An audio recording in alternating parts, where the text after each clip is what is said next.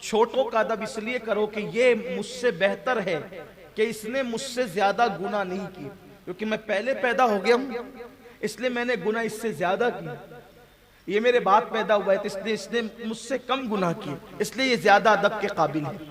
اور بڑے کا ادب اس لیے کرو کہ مجھ سے پہلے پیدا ہوا ہے تو اس کی نیکیاں زیادہ ہیں، یہ نیکیوں مجھ سے زیادہ، اس لیے قابل ادب ہے۔ ادب اگر زندگی میں آ گیا، اب تو نہ روزے کا ادب نہ نماز کا، نماز تو پہلی بات پڑھتے نہیں الا ماشاءاللہ، اب پڑھتے ہیں تو ادھر دیکھا ادھر دیکھا، ادھر کھجایا ادھر کھجایا، یہ نماز ہو گئی ہے الا ماشاءاللہ الیاذ باللہ۔ اور کہاں وہ نماز تھی کہ گھر جل جاتے تھے، صاحب خانہ کو پتہ ہی نہیں چلتا تھا کہ میرا گھر جل رہا ہے۔ چلیں اگر وہ کیفیت ہماری اور آپ کی پیدا نہیں ہو سکتی، کم سے کم اتنا تو کریں کہ صحیح کھڑے رہے، دیکھنے والے کو لگے کہ نماز پڑھ رہا ہے، دیکھنے والے کو احساس تو ہو کہ وہ نماز پڑھ رہا ہے۔ ہماری کیفیت یہ بھی نہیں ہوتی، بلکہ لوگ تو نماز پڑھنا سیکھتے بھی نہیں، کوئی کسی کا پیر اٹھا ہوا ہے، کسی کی انگلیاں اٹھی ہوئی ہے، نماز کے اندر کتنی انگلیاں لگنی چاہیے، پوزیشن کیا ہونی چاہیے، نگاہ کیا ہونی چاہیے، کچھ پتہ نہیں، اٹھے چھوٹے آئے نماز کے لیے کھڑے ہو گئے۔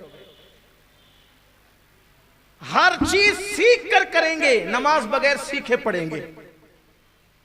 کچھ لوگوں کا حال تو یہ ہے کہ وہی کالے پیلے کپڑے پہن کر کے آکے سیدھے کھڑے ہو جاتے، پسینے کی بدبو آ رہی ہے، منہ میں بدبو آ رہی ہے، آکے کھڑے ہو گئے۔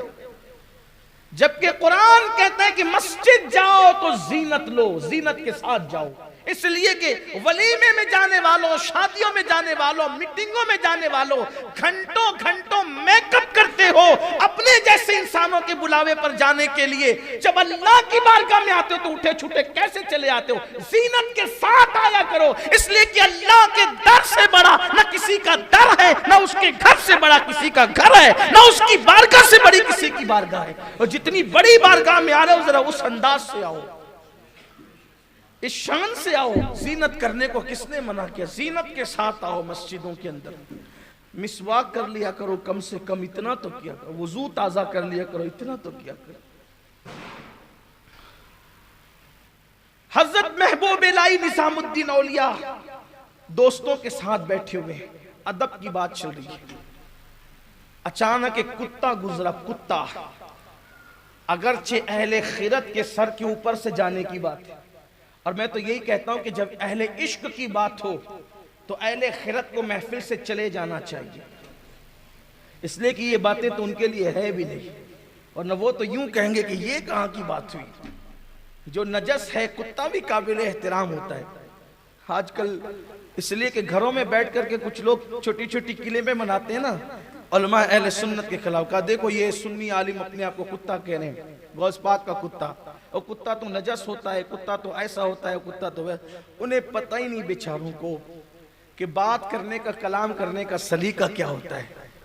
چلیں اس نے سنی عالم نے اپنے آپ کو کتا کہہ دیا تو آپ کو بخار آ گیا، آپ تو کہتے ہو کہ ہمارا مناظر شیر ہے، شیر، تو پھر ہم بھی کہیں کہ آپ نے درندہ کہہ دیا اپنے مناظر کو، وہ درندہ ہے۔ ایسی بات نہیں ہوتی۔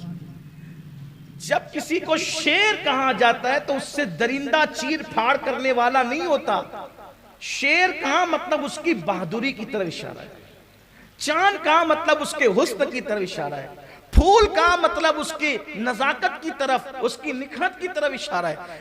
ایسے ہی کتے میں ایک صفت ہے جس کو صفت وفا کہتے ہیں۔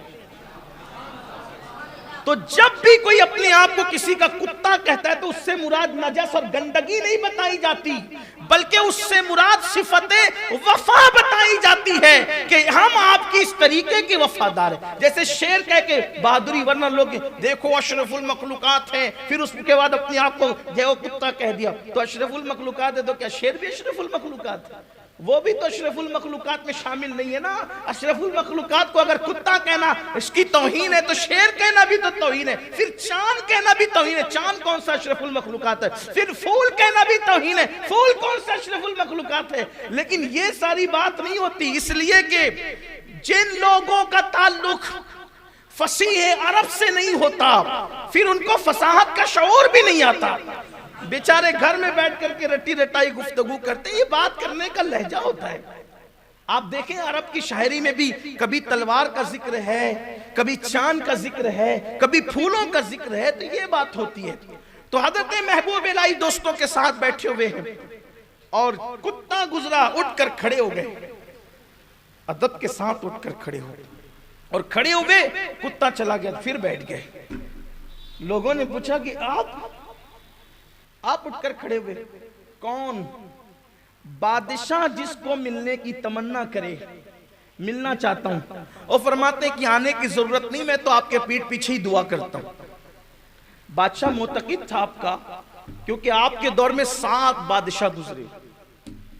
اللہ نے اتنی لمبی عمر عطا فرمائی، 20 سال کی عمر میں دلی آئے اور 90 کے بعد وصال ہوا، یعنی 90 سال کے بعد 70 سال دلی میں گزرے آپ کے۔ ان دنوں میں 7 بادشاہ گزرے، کچھ نیک بھی تھے، کچھ معتقد بھی تھے، کچھ مخالف بھی تھے، سب کو جھیلا۔ تو معتقد تھا بادشاہ، اور کہا کہ ایک بار ملنے آنا چاہتا ہوں۔ فرمایا کہ تیرے لیے ایسی دعا کرتا ہوں پیٹھ پیچھے، اور سامنے کی جانے والی دعا سے پیٹھ پیچھے کی جانے والی دعا زیادہ قبول ہوتی ہے، اس لیے تیرے لیے تو میں دعا کرتا ہی ہوں، تو وہیں رہے۔ اس نے کہا نہیں، ایک بار تو آنا ہی ہے، ملنا ہی ہے آپ سے۔ فرمایا تو پھر میں نے 2 دروازے اسی لیے بنا کر کے رکھے ہیں، ایک دروازے سے آپ آئیں گے تو دوسرے دروازے سے ہم چلے جائیں گے، ملیں گے نہیں۔ اور جو بادشاہوں کو خاطر میں نہ لائے، بادشاہوں سے نہ ملے، کتے کے لیے اٹھ کر کے کھڑے ہو گئے۔ لوگوں کو حیرت تھی، کتے کے لیے اٹھ کے کھڑے ہو گئے، کیوں کتے کے لیے اٹھ کے کھڑے ہوئے؟ فرماتے ہیں اسی رنگ کا کتا میں نے اجودن کی سرزمین پر اپنے پیر و مرشد کی گلی میں دیکھا ہے۔ یعنی وہ اجودن کا کتا نہیں تھا، پیر کی گلی کا کتا نہیں تھا، پیر کی گلی سے کتے کو نسبت، کتے کے رنگ سے اس دلی کے کتے کو نسبت ہو گئی، صرف رنگ کا کتا ہے۔ پیر کی گلی میں جو کتا رہتا ہے اسی رنگ کا کتا محبوب الہی نے دیکھ لیا، تو پیر کی گلی کے کتے کے رنگ سے اس کا رنگ ملتا تھا، اس لیے تعظیم کے لیے اٹھ کر کے کھڑے ہو گئے۔ قربان جائیں جو پیر کے گلی کے کتے کا اتنا ادب کرتے ہوں، وہ پیر کی گلی کا کتنا ادب کرتے ہوں گے، اور پھر اپنے پیر کا کتنا ادب کرتے ہوں گے۔ اور جب پیر کا اتنا ادب ہے تو پھر رسول اللہ کا ادب کتنا ہوگا، حضور کا احترام کتنا ہوگا، یہ بتانا مقصود ہے۔ پھر جب لوگ ادب کرتے ہیں تو پھر شان بھی ایسی ہی پاتے ہیں، شان بھی ایسی ہی پاتے ہیں۔